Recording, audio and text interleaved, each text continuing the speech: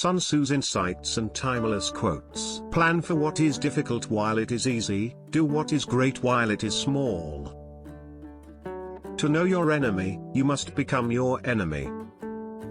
Every battle is won before it's ever fought. The true objective of war is peace.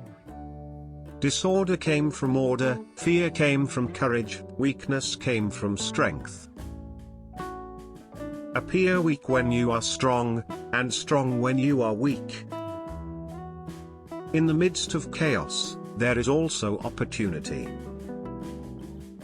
Supreme excellence consists of breaking the enemy's resistance without fighting. Victorious warriors win first and then go to war, while defeated warriors go to war first and then seek to win. The greatest victory is that which requires no battle. Opportunities multiply as they are seized. Who wishes to fight must first count the cost. Know yourself and you will win all battles. The wise warrior avoids the battle. You have to believe in yourself. If the mind is willing, the flesh could go on and on without many things. Great results can be achieved with small forces. Ponder and deliberate before you make a move. Ultimate excellence lies not in winning every battle, but in defeating the enemy without ever fighting. He will win who knows when to fight and when not to fight. Knowing the enemy enables you to take the offensive, knowing yourself enables you to stand on the defensive. It is easy to love your friend, but sometimes the hardest lesson to learn is to love your enemy. To fight and conquer in all your battles is not supreme excellence. Supreme excellence consists in breaking the enemy's resistance without fighting. He who advances without seeking fame. Who retreats without escaping blame. He whose one aim is to protect his people and serve his Lord. The man is a jewel of the realm.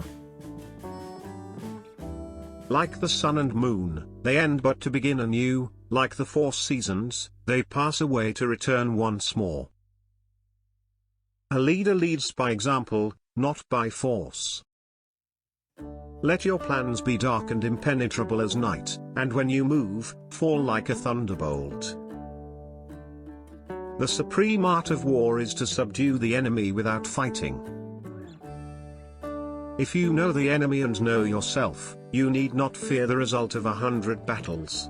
If you know yourself but not the enemy, for every victory gained you will also suffer a defeat. If you know neither the enemy nor yourself, you will succumb in every battle. When you surround an army, leave an outlet free. Do not press a desperate foe too hard. One mark of a great soldier is that he fight on his own terms or fights not at all. Treat your men as you would your own beloved sons, and they will follow you into the deepest valley. Strategy without tactics is the slowest route to victory. Tactics without strategy is the noise before defeat. Victory is reserved for those who are willing to pay its price. All warfare is based on deception. Hence, when we are able to attack, we must seem unable. When using our forces, we must appear inactive. When we are near, we must make the enemy believe we are far away. When far away, we must make him believe we are near. So in war, the way is to avoid what is strong, and strike at what is weak. Engage people with what they expect, it is what they are able to discern and confirms their projections. It settles them into predictable patterns of response, occupying their minds while you wait for the extraordinary moment, that which they cannot anticipate.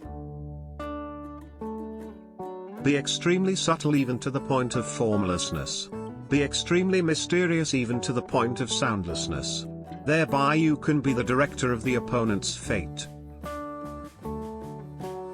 The opportunity of defeating the enemy is provided by the enemy himself.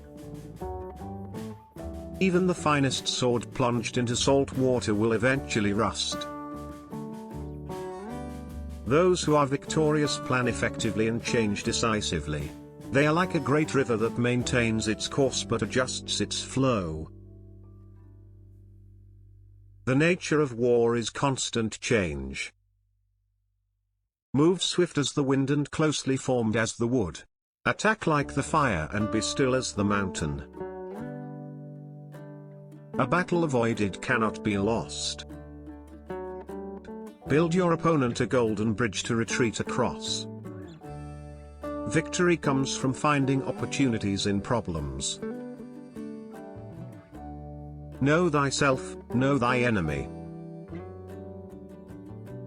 First learn to become invincible, then wait for your enemy's moment of vulnerability. When the enemy is relaxed, make them toil. When full, starve them. When settled, make them move.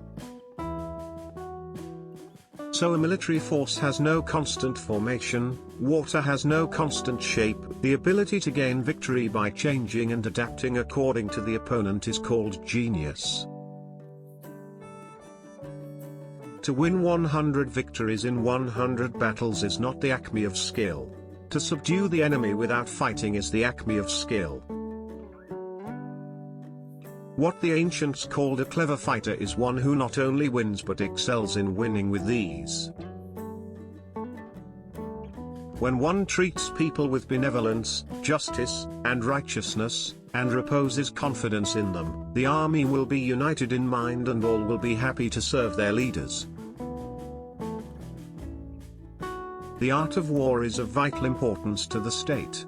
It is a matter of life and death, a road either to safety or to ruin. Hence it is a subject of inquiry which can on no account be neglected. You cannot know if you will be successful or not. You can only prepare for battle, and it must be done with all of your heart and with all of your consciousness. In that manner, you will have an edge. Move not unless you see an advantage, use not your troops unless there is something to be gained, fight not unless the position is critical. Humble words and increased preparations are signs that the enemy is about to advance. Violent language and driving forward as if to the attack are signs that he will retreat. Sweat more during peace, bleed less during war. The clever combatant imposes his will on the enemy, but does not allow the enemy's will to be imposed on him. Rely not on the likelihood of the enemy's not coming, but on our own readiness to receive him. He who is prudent and lies in wait for an enemy who is not, will be victorious. The line between disorder and order lies in logistics. Until death itself comes, no calamity need be feared. Therefore, just as water retains no constant shape, so in warfare there are no constant conditions. One may know how to conquer without being able to do it. If an enemy has alliances, the problem is grave and the enemy's position strong. If he has no alliances, the problem is minor and the enemy's position weak. What is essential in war is victory, not prolonged operations. To subdue an enemy without fighting is the greatest of skills. Rapidity is the essence of war. Take advantage of the enemy's unreadiness, make your way by unexpected routes, and attack unguarded spots.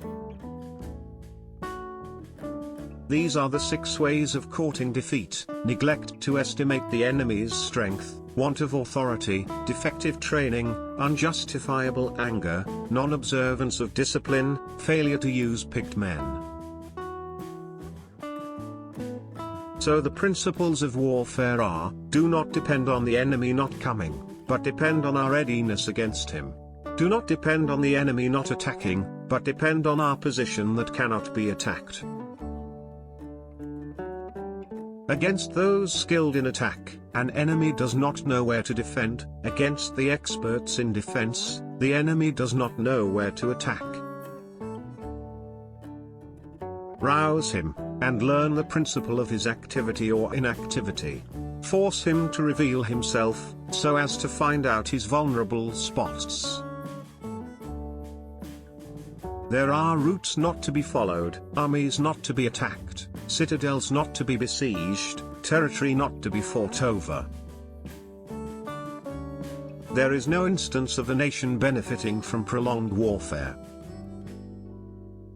The skillful employer of men will employ the wise man, the brave man, the covetous man, and the stupid man.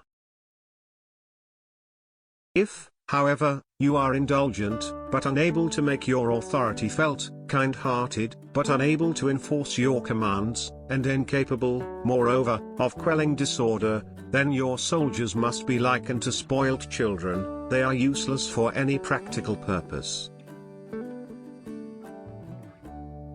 So there are 5 ways of knowing who will win. Those who know when to fight and when not to fight are victorious. Those who discern when to use many or few troops are victorious. Those whose upper and lower ranks have the same desire are victorious. Making no mistakes is what establishes the certainty of victory, for it means conquering an enemy that is already defeated. Go into emptiness, strike voids, bypass what he defends, hit him where he does not expect you. Know thyself, know thy enemy. 1,000 battles, 1,000 victories. Carefully compare the opposing army with your own, so that you may know where strength is superabundant and where it is deficient. It is a doctrine of war not to assume the enemy will not come, but rather to rely on one's readiness to meet him, not to presume that he will not attack, but rather to make oneself invincible. A sovereign of high character and intelligence must be able to know the right man, should place the responsibility on him, and expect results.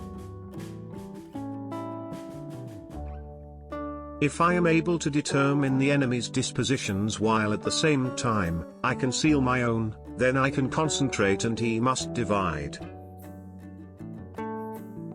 Maneuvering with an army is advantageous, with an undisciplined multitude, most dangerous. Know the enemy, know yourself, your victory will never be endangered. Know the ground, know the weather, your victory will then be total. A leader leads by example, not by force. However desperate the situation and circumstances, don't despair. When there is everything to fear, be unafraid. When surrounded by dangers, fear none of them. When without resources, depend on resourcefulness. When surprised, take the enemy by surprise. Pretend inferiority and encourage his arrogance. If words of command are not clear and distinct, if orders are not thoroughly understood, the general is to blame. But if his orders are clear, and the soldiers nevertheless disobey, then it is the fault of their officers. Correct your mistake as soon as you have found it. The general who wins the battle makes many calculations in his temple before the battle is fought. The general who loses makes but few calculations beforehand. Concentrate your energy and hoard your strength.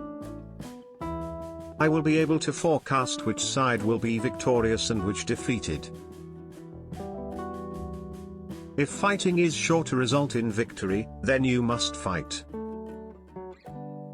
All men can see these tactics whereby I conquer, but what none can see is the strategy out of which victory is evolved. When the thunderclap comes, there is no time to cover the ears. All wars are won or lost before they are ever fought.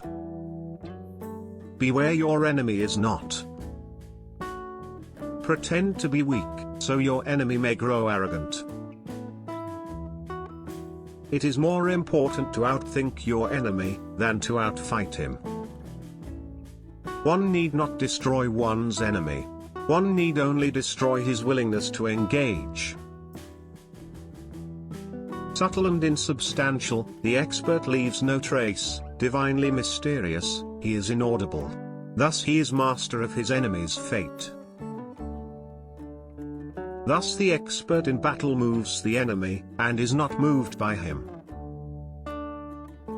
When the leader is morally weak and his discipline not strict, when his instructions and guidance are not enlightened, when there are no consistent rules, neighboring rulers will take advantage of this. The height of strategy is to attack your opponent's strategy.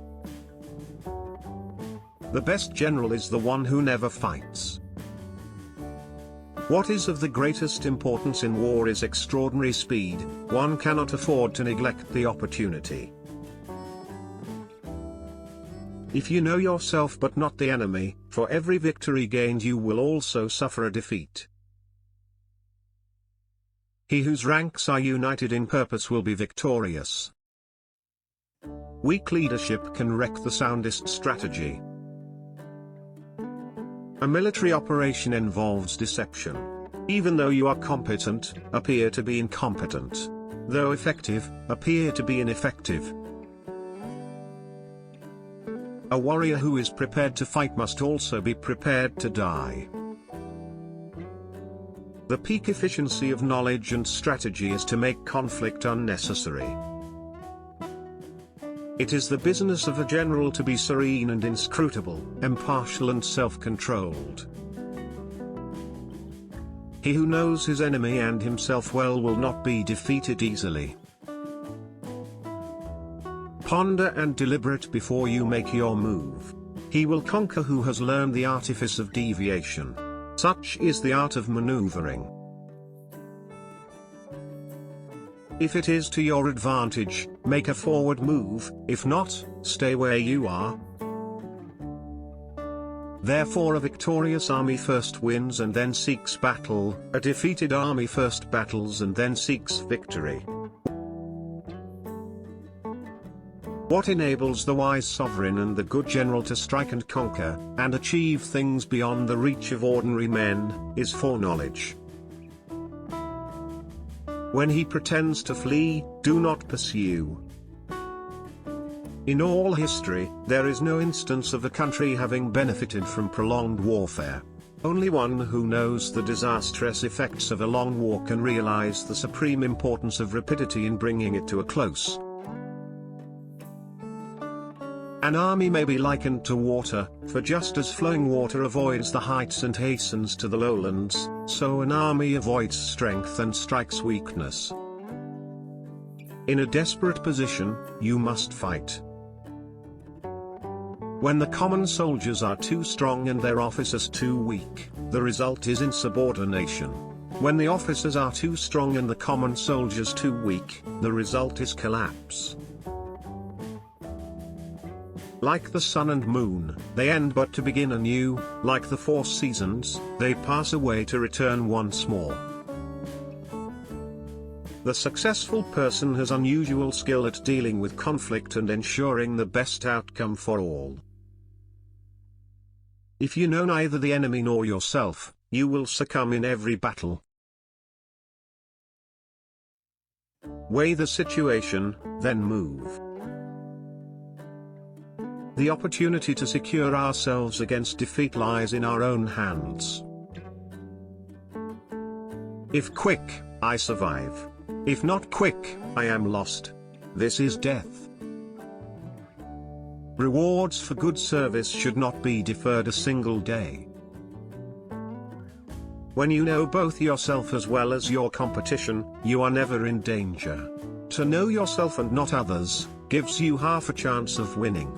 Knowing neither yourself nor your competition puts you in a position to lose. Attack is the secret of defense, defense is the planning of an attack. If you are strong, appear weak. But if you are weak, appear strong.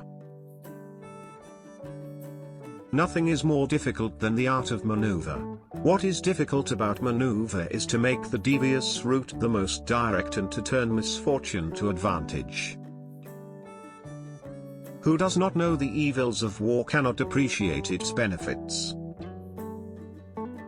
Unhappy is the fate of one who tries to win his battles and succeed in his attacks without cultivating the spirit of enterprise, for the result is a waste of time and general stagnation. Being unconquerable lies with yourself, being conquerable lies with your enemy. There are not more than 5 primary colors, yet in combination, they produce more hues than can ever be seen. He who exercises no forethought but makes light of his opponents is sure to be captured by them. When I have won a victory, I do not repeat my tactics but respond to circumstances in an infinite variety of ways. Invincibility depends on oneself, the enemy's vulnerability on him.